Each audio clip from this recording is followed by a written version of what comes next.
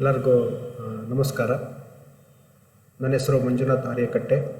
ನಾನು ಈ ಅವಧಿಯಲ್ಲಿ ಮೈಸೂರು ವಿಶ್ವವಿದ್ಯಾನಿಲಯದ BCom 3ನೇ ಸೆಮಿಸ್ಟರ್ನಲ್ಲಿ ಇರುವಂಥ ವಿಷಯವಾದಂತಹ logistics and supply chain management, ಅಂದರೆ ಪೂರೈಕೆ ಸರಪಳಿ ನಿರ್ವಹಣೆ, ಸರಕು ಮತ್ತು ಪೂರೈಕೆ ಸರಪಳಿ ನಿರ್ವಹಣೆಯ 4ನೇ ಅಧ್ಯಾಯದ ಭಾಗ 4 ನಾನು ಮಾಡ್ತಾಯಿದ್ದೀನಿ.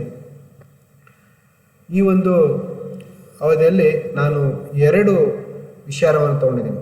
2 ವಿಷಯಗಳು ಯಾವುದಪ್ಪ ಅಂದರೆ transaction management future of IT, ಮತ್ತೊಂದು ಕೋಆರ್ಡಿನೇಷನ್ ಇನ್ ಸಪ್ಲೈ ಚೈನ್, ವ್ಯಾಪಾರ ನಿರ್ವಹಣೆ ಹಾಗೂ ಪೂರೈಕೆ ಸರಪಳಿಯಲ್ಲಿ ಮಾಹಿತಿ ತಂತ್ರಜ್ಞಾನದ ಭವಿಷ್ಯ. 2ನೇ ಒಂದು ಟಾಪಿಕ್ ಏನಪ್ಪ ಅಂದರೆ ಪೂರೈಕೆ ಸರಪಳಿಯಲ್ಲಿ ಸಮನ್ವಯತೆ. ಈ ಒಂದು 2 ವಿಚಾರವನ್ನು ನಾನು ಈ ಒಂದು ಅವಧಿಯಲ್ಲಿ ಮಾಡ್ತಾ ಇದ್ದೀನಿ. ಮೊದಲನೇದಾಗಿ transaction management future of IT. Transaction management ಅಂದರೆ it is the period between the time it takes you to pay your suppliers and the time it takes for you get paid by your buyer. ಅಂದರೆ ನಾವು ಈಗ ಒಂದು ಉದಾಹರಣೆ ಸಮೇತ ನಾನು ನಿಮಗೆ ಇದನ್ನು ವಿವರಿಸ್ಬೋದು. ಈಗ ನಾನೊಬ್ಬ ಬಿಸ್ನೆಸ್ ಉದ್ಯಮಿ ಅಂತಾದರೆ ನಾನು ಒಂದಷ್ಟು ವಸ್ತುಗಳನ್ನು ಆಮದು ಮಾಡ್ಕೋತೀನಿ. ಒಂದಷ್ಟು ವಸ್ತುಗಳನ್ನು ಆಮದು ಮಾಡಿಕೊಂಡು ಆ ವಸ್ತುವನ್ನು ಮತ್ತೊಬ್ಬ ವ್ಯಕ್ತಿಗೆ ನಾನು ರಫ್ತನ್ನು ಮಾಡಿರ್ತೀನಿ. ಆಮದು ಮಾಡ್ಕೊಂಡಂತಹ ವ್ಯಕ್ತಿಗೆ ಹಣವನ್ನು ಪಾವತಿಸಿ ರಫ್ತನ್ನು ಮಾಡುವಂಥ ವ್ಯಕ್ತಿ ನನಗೆ ಹಣವನ್ನು ಸಂದಾಯ ಮಾಡುವಂಥ ಏನೊಂದು ಅವಧಿ ಇದೆ ಅದನ್ನು ನಾವು ಟ್ರಾನ್ಸಾಕ್ಷನ್ನ ಒಂದು ಅವಧಿ ಅಂತೇಳಿ ಕರಿತೀವಿ. ಈ ಒಂದು ಒಟ್ಟು ಚಟುವಟಿಕೆ ಏನಿದೆ ಇದನ್ನು ನಾವು ನಿರ್ವಹಣೆ ಮಾಡುವಂಥದ್ದನ್ನೇ ನಾವು ಟ್ರಾನ್ಸಾಕ್ಷನ್ ಮ್ಯಾನೇಜ್ಮೆಂಟ್ ಅಂತೇಳಿ ಕರಿತೀವಿ ಅಲ್ವಾ. ನಾನು ಒಬ್ಬರ ಕಡೆಯಿಂದ ರಿಸೀವ್ ಮಾಡಿದೆ, ಒಬ್ಬನಿಗೆ ಪೇ ಮಾಡಿದೆ. ಹಾಗೆಯೇ ರಿಸೀವ್ ಮಾಡಿರೋನಿಗೆ ಅಮೌಂಟ್ ನಾನು ಪೇ ಮಾಡಬೇಕು, ಹಾಗೆ ನಾನು ಸೇಲ್ ಮಾಡಿರೋಂಥ ಒಂದು ಅಮೌಂಟನ್ನು ರಿಸೀವ್ ಮಾಡಬೇಕು. ಈ 2 ಏನಿದೆ ಇದನ್ನ ಟ್ರಾನ್ಸಾಕ್ಷನ್, ವ್ಯಾಪಾರ ವಹಿವಾಟು ಅಂತ ಅಲ್ವಾ. ಈಗ ನಾವು ಬ್ಯಾಂಕಿನ ಬಗ್ಗೆ ಓದಬೇಕಾದಾಗ ಬ್ಯಾಂಕಲ್ಲಿ ಏನಾಗ್ತಾ ಇತ್ತು, ಹಣದ ವಹಿವಾಟು, ಹಣದ ಎಕ್ಸ್ಚೇಂಜ್ ಆ ರೀತಿ. ಇನ್ನೊಂದು ಅದರಲ್ಲೇ ಬರುವಂಥ ಒಂದು ಸಬ್ ಪಾಯಿಂಟ್ ಏನು ಹೇಳುತ್ತಂದರೆ future of IT. The development of technology goes hand in hand with the future of supply chain management. ಪೂರೈಕೆ ಸರಪಳಿ ನಿರ್ವಹಣೆ ಹೇಗೆ ಅಭಿವೃದ್ಧಿ ಹೊಂದ್ತಾ ಇದೆಯೋ ಆ ಅಭಿವೃದ್ಧಿಗೆ ಪೂರಕವಾಗಿ ಮಾಹಿತಿ ತಂತ್ರಜ್ಞಾನವು ಕೂಡ ಇದರೊಂದಿಗೆ ಬೆಳೀತಾ ಬರ್ತಾ ಇದೆ. ಹಾಗಾದರೆ ನಮಗೆ ಟ್ರಾನ್ಸಾಕ್ಷನ್ ಮ್ಯಾನೇಜ್ಮೆಂಟ್ ಯಾವ್ಯಾವ ರೀತಿಯಾಗಿ ಅನುಕೂಲಗಳನ್ನು ಕಲ್ಪಿಸಿಕೊಡುತ್ತೆ ಅನ್ನೋದಾದರೆ ಮೊದಲನೇ ಒಂದು ಅಂಶ ಏನು ಹೇಳುತ್ತಂದರೆ increase visibility in to spend. ಅಂದರೆ ನಾವೇನು ಖರ್ಚನ್ನು ಮಾಡ್ತೀವಿ, ವೆಚ್ಚವನ್ನು ಮಾಡ್ತೀವಿ, ಅದರಲ್ಲಿ ಗೋಚರತೆಯನ್ನು ಹೆಚ್ಚಿಸುತ್ತದೆ, ನಿಖರತೆಯನ್ನು ಅದು ಹೆಚ್ಚಿಸುತ್ತದೆ. ಹಾಗೆ ಮತ್ತೊಂದು ಅಂಶ ಏನು ಹೇಳುತ್ತೆ ನೋಡಿ, identify and coordinate the root cause resolution of price discrepancies. ಅಂದರೆ ಬೆಲೆ ವ್ಯತ್ಯಾಸಗಳ ಮೂಲ ಕಾರಣ ನಿರ್ಣಯವನ್ನು ಇದು ಗುರುತಿಸಿ ಸಮನ್ವಯನೇ ಸಾಧಿಸುತ್ತದೆ. ಅಂದರೆ ಏನೊಂದು ಬೆಲೆ ಇದೆ ಆ ಬೆಲೆ ನಡುವಿನ ವ್ಯತ್ಯಾಸಗಳು ಹಾಗೂ ಅದರಲ್ಲಿರುವಂಥ ಮೂಲ ಕಾರಣ ನಿರ್ಣಯವನ್ನು ಒಟ್ಟಾರೆಯಾಗಿ ಇದು ಗುರುತಿಸಿ ಅದನ್ನು ಇದು ಸಂಯೋಜಿಸಿ ಅಥವಾ ಸಮನ್ವಯವನ್ನು ಸಾಧಿಸುತ್ತದೆ. ಹಾಗೆ ಈ ನೆಕ್ಸ್ಟ್ ಮುಂದಿನ ಅಂಶ ಏನು ಹೇಳುತ್ತಂದರೆ standardize procurement business rules and policies. ವ್ಯಾಪಾರ ನಿರ್ವಹಣೆಗೆ ಏನು ಮಾಡುತ್ತಂದರೆ ಒಂದು ನಿರ್ದಿಷ್ಟ ಸ್ಟ್ಯಾಂಡರ್ಡ್ ಆಗಿರುವಂತಹ ರೂಲ್ಸ್ ಅಂದರೆ ನಿಯಮಗಳು, ಪಾಲಿಸೀಸ್, ಇವುಗಳನ್ನು ಕಾಯ್ದೆಗಳನ್ನು ಇದು ಜಾರಿಗೆ ತರಲಿಕ್ಕೆ ಸಹಕಾರ ಮಾಡ್ತದೆ. Provide intelligence to further improvement item master management. Intelligence ನಿರ್ವಹಣೆ ಎಲ್ಲರೂ ಮಾಡ್ತಾರೆ, ವ್ಯಾಪಾರದ ನಿರ್ವಹಣೆ ಇರುತ್ತೆ, ಆದರೆ ಆ ನಿರ್ವಹಣೆಯಲ್ಲಿ ಇಂಟೆಲಿಜೆನ್ಸ್ ಅಂದರೆ ಬುದ್ಧಿಮತ್ತೆ, ಏನು ಬುದ್ಧಿಮತ್ತೆ ಇದೆ ಅದನ್ನು ಹೆಚ್ಚು ಪ್ರಮಾಣದಲ್ಲಿ ಉಪಯೋಗಿಸ್ಕೊಳ್ಳಿಕ್ಕೆ ನಮಗೆ ಟ್ರಾನ್ಸಾಕ್ಷನ್ ಮ್ಯಾನೇಜ್ಮೆಂಟ್ ಅನುಕೂಲಕರವಾದ ವಾತಾವರಣವನ್ನು ನಮಗೆ ನಿರ್ಮಾಣ ಮಾಡಿ ಕೊಡುತ್ತದೆ. ಹಾಗೆ ಇನ್ನೊಂದು ಕಡೆ ಅಂಶ ಏನು ಹೇಳುತ್ತಂದರೆ deliver dashboard reports with spend profiling and transaction analysis ಅಂತ. ಅಂದರೆ ಏನು ವ್ಯವಹಾರಕ್ಕೆ ಸಂಬಂಧಪಟ್ಟಂತೆ ವರದಿಗಳೇನಿರ್ತವೆ, ಅದಕ್ಕೆ ಸಂಬಂಧಪಟ್ಟ ಸಂಪೂರ್ಣ ಏನು ಮಾಹಿತಿ ಇರ್ತವೆ ಅದನ್ನು ಸೂಕ್ತವಾಗಿ ಅವಶ್ಯಕತೆಗೆ ತಕ್ಕಂತೆ ವಿಶ್ಲೇಷಿಸುವಂತಹ ಸಾಮರ್ಥ್ಯವನ್ನು ನಮಗೆ ಟ್ರಾನ್ಸಾಕ್ಷನ್ ಮ್ಯಾನೇಜ್ಮೆಂಟ್ ನೀಡುತ್ತದೆ. ಹಾಗೆ ಈಗ ಫ್ಯೂಚರ್ ಆಫ್ IT ಬಗ್ಗೆ ಬರೋಣ. ನಾನು ಇಷ್ಟೊತ್ತು ಟ್ರಾನ್ಸಾಕ್ಷನ್ ಮ್ಯಾನೇಜ್ಮೆಂಟ್ ಬಗ್ಗೆ ಹೇಳಿದೆ. ಈಗ ಫ್ಯೂಚರ್ ಆಫ್ IT ಬಗ್ಗೆ ಹೇಳೋದಾದರೆ ಇಲ್ಲಿ ಒಂದು ಅಂಶವನ್ನು ನಾನು ದಾಖಲು ಮಾಡಿದ್ದೀನಿ. ಏನಪ್ಪ ಅಂದರೆ technology has changed business for better. ಅಂದರೆ ವ್ಯಾಪಾರವನ್ನು ಒಂದು ಬೇರೆ ದಿಕ್ಕಿಗೆ ತಗೊಂಡು ಹೋಗುವ ಹಾಗೆ ಅಲ್ವಾ. ಟೆಕ್ನಾಲಜಿ ಎಷ್ಟು ಬದಲಾಗಿದೆ ಒಂದು ಪ್ರಚಲಿತದ ಅವಧಿಯಲ್ಲಿ ಅಂತಂತಂದರೆ ವ್ಯಾಪಾರ ವಹಿವಾಟಿನ ದಿಕ್ಕನ್ನೇ ಬದಲಾಯಿಸಿದೆ. ಯಾವ ರೀತಿಯಾಗಿ? It has allowed for more connectivity between employers. ಅಂದರೆ ಉದ್ಯೋಗದಾತ ಮತ್ತು ಉದ್ಯೋಗಿಯ ನಡುವೆ ಹೆಚ್ಚಿನ ಒಂದು ಸಂಬಂಧವನ್ನು ಕಲ್ಪಿಸಿಕೊಡ್ಲಿಕ್ಕೆ ನಮಗೆ ತಂತ್ರಜ್ಞಾನವು ಅನುಕೂಲಕರವಾದ ವಾತಾವರಣವನ್ನು ನಿರ್ಮಾಣ ಮಾಡಿದೆ. ಅದೇ ರೀತಿಯಾಗಿ ಮೇಡ್ ಮೋರ್ ಇನ್ಫಾರ್ಮೇಷನ್ ಅವೈಲಬಲ್. ಹೆಚ್ಚಿನ ವಿಚಾರ ನಮಗೆ ಸಿಗುವಂತೆ ತಂತ್ರಜ್ಞಾನ ಮಾಡಿಕೊಡ್ತಾ ಇದೆ.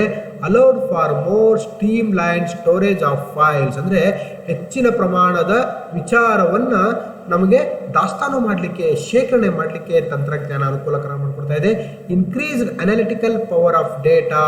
ಅಂದರೆ ನಮ್ಮಲ್ಲಿ ಏನು ಮಾಹಿತಿ ಇದೆ ಆ ಮಾಹಿತಿಯನ್ನು ವಿಶ್ಲೇಷಣೆ ಮಾಡಿಕೊಳ್ಳಿಕ್ಕೆ ಹೆಚ್ಚು ಸಹಕಾರಿ ಆಗ್ತಾ ಇದೆ. ಯಾವುದು? ಮಾಹಿತಿ ಮತ್ತು ತಂತ್ರಜ್ಞಾನ.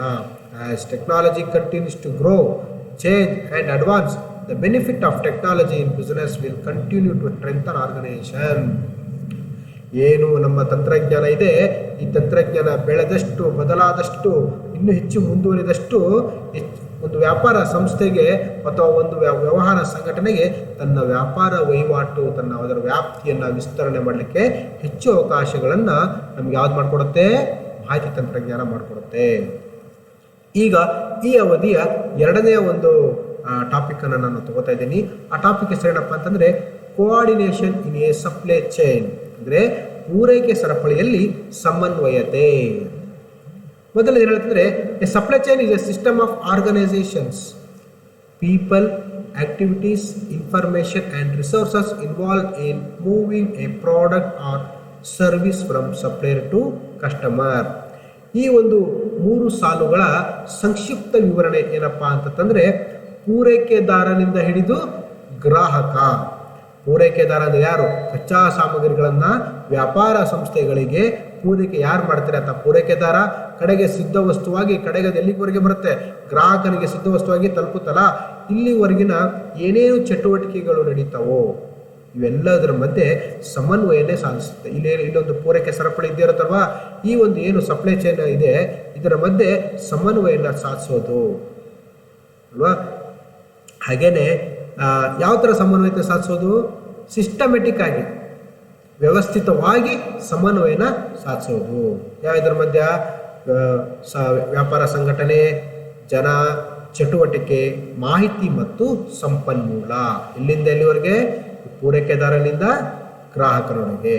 ಹಾಗೆ ಮತ್ತೊಂದು ಅಂಶ ಇಲ್ಲಿ ದಾಖಲು ಮಾಡಿದ್ದೀನಿ. ಏನಪ್ಪ ಅಂದರೆ ಸಪ್ಲೈ ಚೈನ್ ಕೋಆರ್ಡಿನೇಷನ್ ಏಮ್ಸ್. ಅದರ ಗುರಿ ಏನಪ್ಪ ಅಂದರೆ at improving supply chain performance by aligning plans and the objectives of individual enterprises. ಅಂದರೆ ಪೂರೈಕೆ ಸರಪಳಿಯ ಅದೇನು ಪೂರೈಕೆ ಸರಪಳಿ ನಿರ್ವಹಣೆ ಏನಿದೆ ಆ ನಿರ್ವಹಣೆಯ ಸಮನ್ವಯತೆಯ ಮೂಲ ಗುರಿ ಏನಪ್ಪ ಅಂತಂದರೆ ಪೂರೈಕೆ ಸರಪಳಿಯ ಪರ್ಫಾರ್ಮೆನ್ಸ್ ಅದು ಇಂಪ್ರೂವ್ ಮಾಡುವಂಥದ್ದು, ಅದರ ಸಾಮರ್ಥ್ಯವನ್ನು ಉನ್ನತೀಕರಿಸಿಕೊಳ್ಳೋದು. ಯಾವ ರೀತಿಯಾಗಿ? Aligning the plans and objectives. ಅಂದರೆ ಒಂದು ವ್ಯಾಪಾರ ಸಂಸ್ಥೆ ಇದೆ, ಆ ವ್ಯಾಪಾರ ಸಂಸ್ಥೆಯ ಯೋಜನೆಗಳು ಮತ್ತು ಉದ್ದೇಶಗಳನ್ನು ಒಟ್ಟುಗೂಡಿಸುವುದರ ಮೂಲಕ. ಹಾಗೆ it usually focuses on inventory management and ordering decisions in distributed inter company sectors. ಅಂದರೆ ಇದು ಹೆಚ್ಚು ಫೋಕಸ್ ಮಾಡುವಂಥದ್ದು ಎಲ್ಲಿಯಪ್ಪ ಅಂತಂದರೆ ದಾಸ್ತಾನು ನಿರ್ವಹಣೆ, ಹಾಗೆ ಗ್ರಾಹಕರಿಂದ ಬರುವಂತಹ ಆರ್ಡರ್, ನಾವೇನು ಆರ್ಡರ್ ಮಾಡಿ ಡಿಸಿಷನ್ ಮಾಡ್ತೀವಲ್ಲ ಆ ಇದರ ಮಧ್ಯೆ ಕಂಪನಿಯನ್ನು ಇದು ಕೋಆರ್ಡಿನೇಟ್ ಮಾಡುತ್ತದೆ.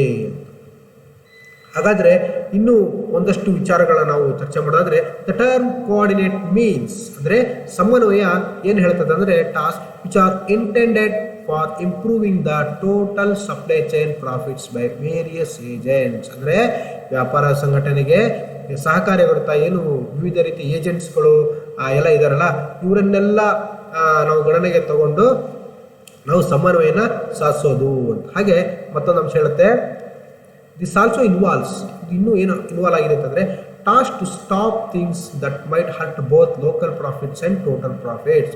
So it is important to coordinate with the various sections in supply chain management to increase the profit of the organisation. ವ್ಯಾಪಾರ ಸಂಘಟನೆಯ ಅಥವಾ ಒಂದು ವ್ಯಾಪಾರ ಸಂಸ್ಥೆಯ ಲಾಭಾಂಶವನ್ನು ಅಧಿಕಗೊಳಿಸೋಕ್ಕೋಸ್ಕರ ಇದು ಎಲ್ಲರ ಮಧ್ಯೆ ಇದು ಸಮನ್ವಯ ಸಾಧಿಸುತ್ತೆ, ಅಥವಾ ಅದನ್ನು ಆ ಸಮನ್ವಯ ಸಾಧಿಸಿ ಇರುವಂಥ ಸಂಬಂಧವನ್ನು ಉನ್ನತೀಕರಣಗೊಳಿಸುತ್ತೆ. ಯಾವುದು? ಸಮನ್ವಯತೆ. Improper coordination in supply chain management creates large amount of products in the store or shortage of. ಇದು ಬಹಳ ಮುಖ್ಯ ನೋಡಿ. ಇಂಪ್ರಾಪರ್ ಕೋಆರ್ಡಿನೇಷನ್ ಅಂತಂದರೆ ಕೋಆರ್ಡಿನೇಷನ್ ಇಲ್ಲ ಅಂತಂದರೆ ಏನಾಗ್ಬೋದು?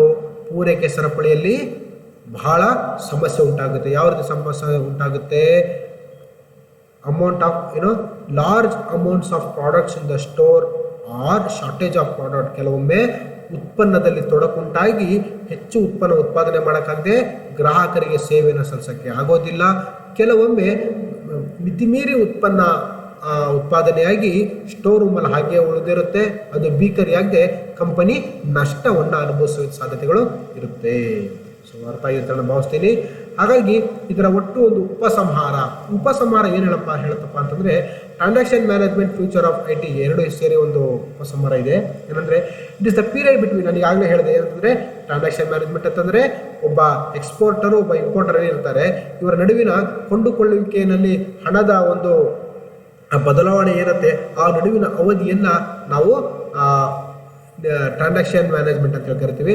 ಫ್ಯೂಚರ್ ಆಫ್ IT ಅಂತಂದರೆ ಇದು ನೋಡಿ, recent development in technologies enable the organisers to avail information easily in their premises. ಅಂದರೆ ಮಾಹಿತಿ ತಂತ್ರಜ್ಞಾನದಲ್ಲಿನ ಇತ್ತೀಚಿನ ಬೆಳವಣಿಗೆ ವ್ಯಾಪಾರ ಸಂಸ್ಥೆಗೆ ಎಷ್ಟು ಮಟ್ಟಿಗೆ ಅನುಕೂಲ ಮಾಡಿಕೊಟ್ಟಿದೆ ಅಂತಂದರೆ, ಅದು ಬಯಸಿದಂತಹ ಮಾಹಿತಿಗಳು ತನ್ನ ಹತ್ತಿರಕ್ಕೆ ಶೀಘ್ರವಾಗಿ ಬರುವಂತೆ ಮಾಡಿಕೊಡ್ತದೆ ಅಂತ.